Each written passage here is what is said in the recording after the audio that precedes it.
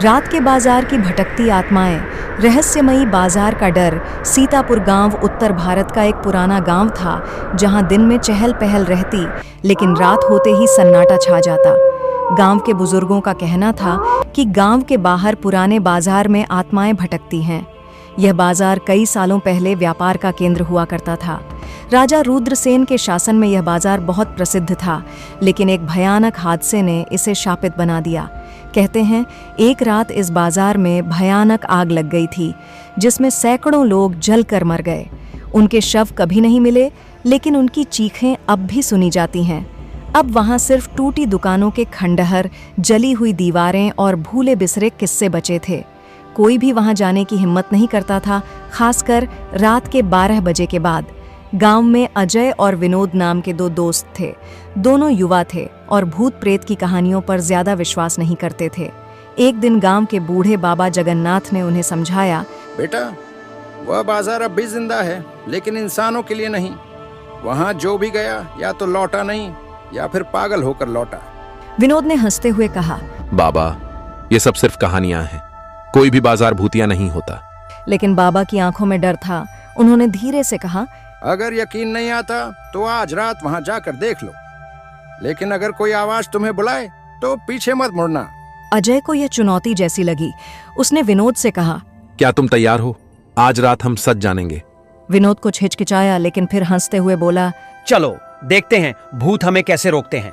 उस रात ठीक 11:45 पर दोनों दोस्त अपने टॉर्च और लाठी लेकर उस भूतिया बाजार की ओर निकल पड़े। अजय और विनोद दोनों सावधानी से कदम रखते हुए पुराने बाजार की ओर बढ़ रहे थे। घने पेड़ों के बीच से गुजरती संकरी पगडंडी अंधेरे में और भी डरावनी लग रही थी। हवा में एक अजीब सी ठंडक थी, जो गांव में महसूस नहीं होती थी। यार, ये जगह तो सच में अजीब लग रही है। डर तो नहीं गया? अजय ने मजाक उड़ाया, लेकिन उसकी अपनी आवाज भी कांप रही थी। जैसे ही वे बाजार के खंडहरों के पास पहुंचे, अजय ने देखा कि वहां की टूटी दुकानों में हल्की हल्की रोशनी चमक रही थी, लेकिन वहां कोई इंसान नहीं था। ये रोशनी कैसी है? यहाँ कोई रहता तो नहीं? विनोद ने अजय की बाजू पकड़ ली। कोई नहीं रहता। पर फिर ये रोशनी क्यों? उन्होंने हिम्मत करके बाजार के भीतर कदम रखा। हवा अचानक और ठंडी हो गई। चारों ओर सन्नाटा था, लेकिन ऐसा लग रहा था कि कोई पास में चल रहा हो। अचानक एक दुकान से हल्की हल्की हंसी की आवाज आई। दोनों ने डरते डरते अंदर झांका। वहां एक आदमी बैठा था, लेकिन उसका सिर गायब था। अजय और विनोद की सांसें अटक गईं। सिर कटा आदमी दुकान के पीछे बैठा था, मानो किसी ग्राहक का इंतजार कर रहा हो। उसकी गर्दन से हल्की हल्की धुंध जैसी चीज निकल रही थी और उसके सामने एक पुरानी तिजोरी रखी थी। विनोद ने धीरे से अजय का हाथ पकड़ा और फुसफुसाया, भाग चलते हैं, ये जगह सच में श्रापित है। लेकिन अजय की जिज्ञासा अभी भी खत्म नहीं हुई थी। उसने धीमे कदमों से आगे बढ़कर दुकान के पास जाने की कोशिश की। तभी सिर कटे आदमी ने अपनी गर्दन उनकी ओर घुमा दी। तुम आए हो, स्वागत है। एक गूंजती हुई आवाज हवा में तैर गई। अजय और विनोद के शरीर में सिहरन दौड़ गई। दुकान की टूटी हुई दीवारों से हल्की हल्की सरसराहट की आवाजें आने लगीं, जैसे कोई कानों में फुसफुसा रहा हो। यहाँ से निकलना होगा। विनोद ने जोर से फुसफुसाया और अजय का हाथ पकड़कर खींचा। दोनों मुड़कर भागने ही वाले थे कि अचानक पूरे बाजार में हलचल होने लगी। दुकानों के शटर अपने आप उठने लगे। सड़क पर टूटी हुई गाड़ियों के दरवाजे खुलने लगे। हवा में धुंधली आकृतियां दिखने लगीं, जो धीरे धीरे इंसानी शक्ल ले रही थीं। ये सब कौन है? अजय की आवाज कांप रही थी। तभी हवा में एक और गूंजती हुई आवाज आई, तुम हमें देख सकते हो, अब तुम यहाँ से नहीं जा सकते। विनोद ने डर कर अपनी टॉर्च घुमाई और उसके सामने एक पुराने जमाने का व्यापारी खड़ा था, जिसने हाथ में एक तराजू पकड़ रखा था। उसके चेहरे पर झुलसी हुई चमड़ी थी और उसकी आंखें काली गहराइयों जैसी थीं। उसने हाथ बढ़ाया और बोला, यहाँ हर कोई सौदा करने आता है, तुम भी कुछ देने आए हो? अजय और विनोद के पैर जैसे जमीन से चिपक गए थे। उनके सामने खड़ा भूतिया व्यापारी धीरे धीरे आगे बढ़ रहा था। उसके पीछे और भी आकृतियां उभरने लगीं। एक औरत जिसके आधे चेहरे की चमड़ी झुलसी हुई थी, एक बूढ़ा आदमी जिसकी आंखों में अंधेरा भरा था, एक बच्चा जो हवा में तैर रहा था, लेकिन उसकी परछाई जमीन पर नहीं थी। तुम यहाँ क्यों आए? व्यापारी ने गूंजती हुई आवाज में पूछा। विनोद हकलाया। हम बस देखने आए थे कि ये सब सच है या नहीं। अब तुम देख चुके हो। व्यापारी के चेहरे पर एक अजीब सी मुस्कान आई। अब यहाँ से वापस जाना इतना आसान नहीं होगा। अजय ने हिम्मत जुटाकर पूछा। ये बाजार ऐसा क्यों है? तुम सब यहाँ क्यों हो? तभी अचानक हवा में भयानक चीखों की गूंज उठी। दुकानों के पुराने बोर्ड गिरने लगे और धूल के बादल हवा में घूमने लगे। एक बूढ़ी आत्मा धीरे से आगे बढ़ी और बोली, क्योंकि हम सब यहाँ फंसे हुए हैं सदियों से। इस बाजार में जो भी आया वह यहीं रह गया। लेकिन क्यों? क्योंकि इस बाजार पर एक शाप है। बूढ़ी आत्मा की आंखों से आंसू टपकने लगे। किसका शाप? आसमान में काले बादल घिर आए और ठंडी हवा का एक झोंका दौड़ पड़ा। फिर अचानक एक बड़ी रहस्यमयी आवाज गूंजी। रुद्रसेन का शाप। बूढ़ी आत्मा ने हवा में हाथ घुमाया और अंधेरे में एक प्राचीन दृश्य उभर आया। कई साल पहले जब यह बाजार जीवित था, यहाँ राजा रुद्रसेन का शासन था।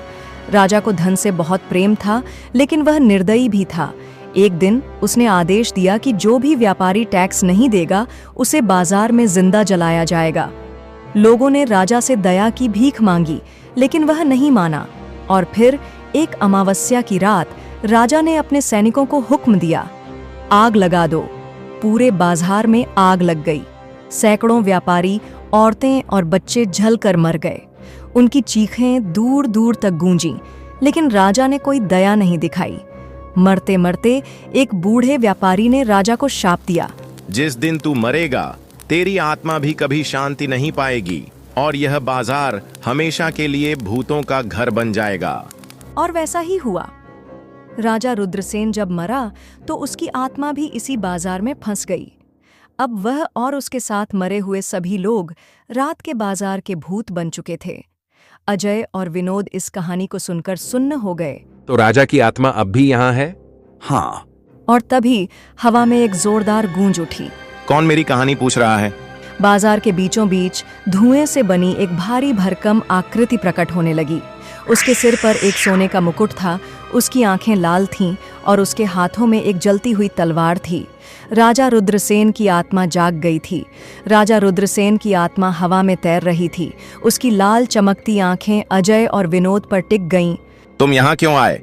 उसकी गूंजती आवाज ने हवा में सनसनी फैला दी।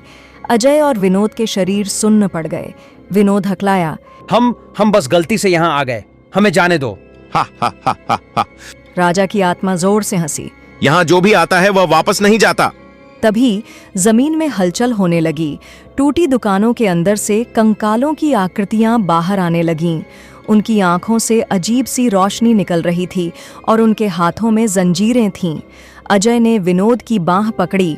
भागो! दोनों दोस्त पूरी ताकत से दौड़ पड़े। उनके पीछे राजा की आत्मा जोर से चिल्लाई और कंकालों ने उनका पीछा करना शुरू कर दिया। बाजार की गलियों में दौड़ते हुए उन्हें महसूस हुआ कि रास्ता बदलता जा रहा था। जो रास्ता पहले खाली था, अब वहां दीवारें बन रही थीं। ये बाजार हमें बाहर जाने नहीं देगा। हमें किसी तरह इसका तोड़ निकालना होगा। तभी एक पुरानी जली हुई दुकान से वही बूढ़ी आत्मा बाहर आई, जिसने उन्हें राजा के शाप के बारे में बताया था। रुको। अजय और विनोद घबरा कर रुके। अगर तुम यहाँ से बचना चाहते हो तो राजा को उसकी गलती का एहसास कराओ। कैसे? बूढ़ी आत्मा ने हवा में हाथ घुमाया और अचानक चारों ओर अंधेरा छा गया। फिर एक नई रहस्यमयी आवाज गूंजी, जो शाप देता है वही इसे मिटा सकता है। अजय और विनोद ने बूढ़ी आत्मा की ओर देखा। विनोद ने घबराकर पूछा, मतलब? बूढ़ी आत्मा ने जवाब दिया, जिस व्यापारी ने राजा को शाप दिया था उसकी आत्मा भी यहीं कहीं है। अगर तुम उसे खोजकर मना लो कि वह अपना शाप वापस ले ले तो यह बाजार मुक्त हो सकता है। लेकिन वह व्यापारी कौन था? आसमान में चमक उठी और एक नाम गूंजा, धनराज। बाजार के एक कोने में एक कमजोर जली हुई आत्मा धीरे धीरे दिखाई देने लगी। उसकी आंखों में दर्द था और उसकी हथेलियां जली हुई थीं। अजय ने आत्मा से पूछा, क्या तुम राजा को माफ कर सकते हो? धनराज की आत्मा कांप गई। उसने राजा की ओर देखा और उसकी आंखों में गुस्सा भर आया। उसने कड़वी आवाज में कहा, जिसने हमें जलाया क्या वह माफी के लायक है? विनोद ने कहा, अगर तुमने उसे माफ नहीं किया तो यह बाजार हमेशा भूतों का घर बना रहेगा। यहाँ की हर आत्मा को मुक्ति चाहिए। धनराज की आत्मा ने कुछ देर सोचा, फिर धीरे से बोला, अगर राजा सच में पछता रहा है तो मैं अपना शाप वापस ले लूंगा। राजा रुद्रसेन की आत्मा सिर झुकाकर खड़ी थी। उसने धीमे स्वर में कहा, मैंने पाप किया था। अगर मैं इस शाप से मुक्त हो सकता हूं तो मैं क्षमा मांगता हूं। धनराज की आत्मा ने हाथ उठाया और आसमान में एक तेज रोशनी फैल गई।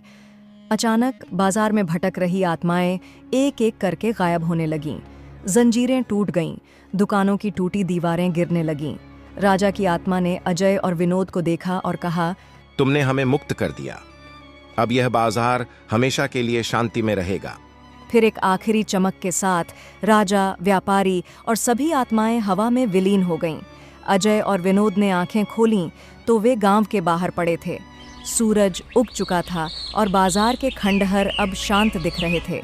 दोनों ने एक दूसरे को देखा और समझ गए कि अब वह बाजार भूतिया नहीं रहा। गांव लौटने पर किसी को यकीन नहीं हुआ कि उन्होंने क्या देखा, लेकिन अब वह डरावनी कहानियां खत्म हो चुकी थीं। सीतापुर गांव के लोग पहली बार रात को चैन की नींद सो सके।